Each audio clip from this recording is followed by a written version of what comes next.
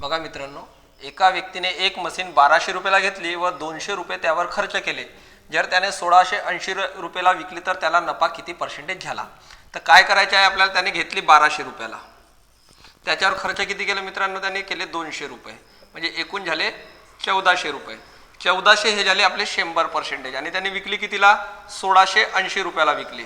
1680ला विकली ते किती पर्सेंटेज होतात ते पाहायचं. आपण नेहमी पर्सेंटेज अशाच प्रकारे काढतो, म्हणजे 100पेक्षा जे जास्त असतील तो प्रॉफिट, 100पेक्षा जेवढे कमी असतील तेवढा लॉस होईल आपल्याला.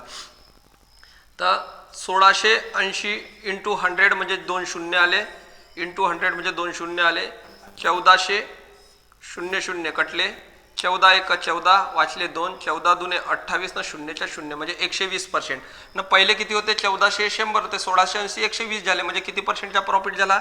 120 मधनं 100% मायनस करा म्हणजे झाला तुम्हाला प्रॉफिट 20%चा प्रॉफिट.